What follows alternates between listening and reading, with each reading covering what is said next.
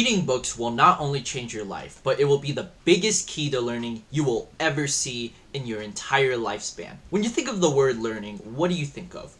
School. Honestly, that's the wrong way you should be looking at learning. Learning isn't just the idea of school.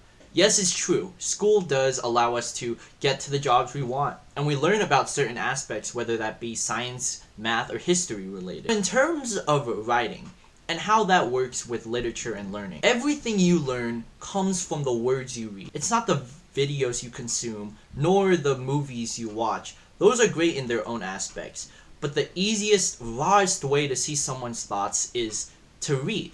And that sounds hypocritical because you're watching a video like mine right now. But to understand why you're watching a video similar to this, it all starts with that reading process. I've always been an avid reader ever since I was a young kid, and it was mostly of fiction stories. But now that I've been incorporating a lot more non-fiction stories, whether that be self-help ideas, cookbooks in my free time, or music books to check out and write songs of, it's honestly been one of the most interesting periods of my life to see where reading stems. I've already made a video about this idea to read, and read. But it's also good to see how that reading will work. You don't need to be like an English teacher back in high school when you're trying to annotate a book.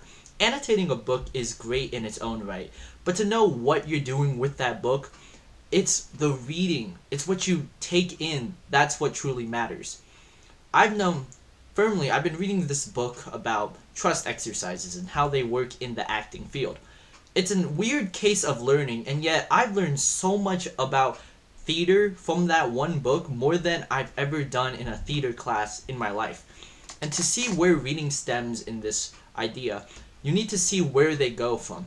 Whether that be a fiction or non-fiction story, to poetries and novellas, they help aid in what you're trying to make. To have this idea of meditating on a topic, to then read about it, and to experience it with what you're reading. Workbooks, business books, all those types of books. The more you read, the smarter you become. And that's why I feel so many adults in the modern age are stupid. I may be young and it may sound childish to say this, but from my own experience, I've seen people who simply don't read have the lowest intelligence. And it always shows that those who read, yes, are book smart and nerdy, but they have the biggest backbone you could possibly have. You're an intelligent person watching this video, and to be able to read these books, no matter what kind, you need to watch out for all those hints in mind. I may say reading is important, but you should also take note that reading has its own downsides. There are degenerate books, like there are degenerate movies and videos. There are those terrible books, similar to terrible music. But to know the difference, that's what you need to do. You need to read these books. I've already went in detail about what to do when you finish a book, but to truly start one, it's not that hard. Going to a store and to see what cover interests you. Yes, they say don't judge a book by its cover, but sometimes the cover is what matters when you're trying to get yourself back into reading, or to get started reading again. Because reading is a long-term basis. It's this idea of long-term satisfaction, dubbed delayed gratification, that allows you to read. That's why reading matters so much to both me and to you out there. It's what hooks you to get back into this process. And it's not just the idea of reading, but it's also writing and creating that piece. Everyone wants to tell a story. Everyone has a story. But that doesn't mean it's going to be a good story. You need to rise above and beyond. And to be able to get to that point, that doesn't start with writing itself. It starts with reading, to gain knowledge of a certain language, to then learn about it. I've been looking into my own culture, and I've been reading tons of Tagalog, how to read certain words, and it's far better than what anyone physically taught me. Obviously, reading has its downsides, as I mentioned prior, but it's also good to note that reading has its benefits that can then be used to take action. You don't read a book how to box and then box. You gotta think nuanced with this idea. And to be able to see both where reading works and where it doesn't, that's far better than the average person. The average person doesn't even read, so it's an amazing feat to be here to see my words and to then use it in your own day-to-day life. And that's what I want to truly advocate.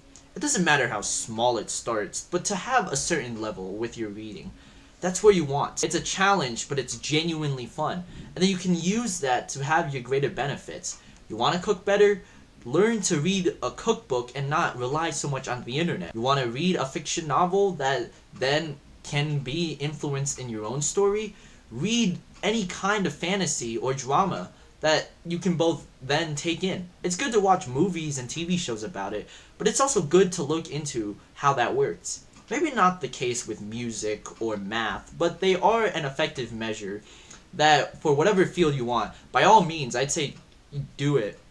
But for someone who wants to get into business similar to me, read those business books. Look into how those operate, and to then build on top of those ideas. If you truly want to get ahead of the game, reading is the key you should understand. How we get to the point we are now, that's how we read. Reading has its own caveats, and to annotate it is great on its own. Maintaining the information you read is the biggest key I also want to point out. Because you don't want to mindlessly read, you want to read with a focus. You read mindless as a beginner, but the more advanced you get, the more you have to think about why you're reading and what you want to do with that book in mind. As I mentioned, I've already made a point about what to do when you finish a book. You should check out that video after this one. But to know where you stand with a book, you need to see how it is. Is it an ebook? Is it a physical book? No matter the case, start to finish, have it be that journey.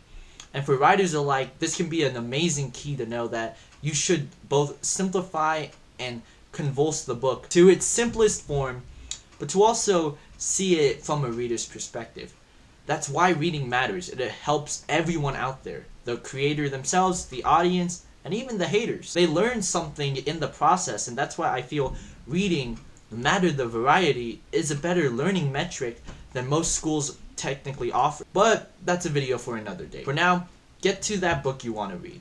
No matter where it stands or how much money you have, get to it. Read that book for that delayed gratification, and you'll thank me in time. With all that in mind, if you don't have any money, or if you don't have any books to read, check out the top link of the description for both my first book, and if you want to help me create my second book as editors and ideas, it's also there too.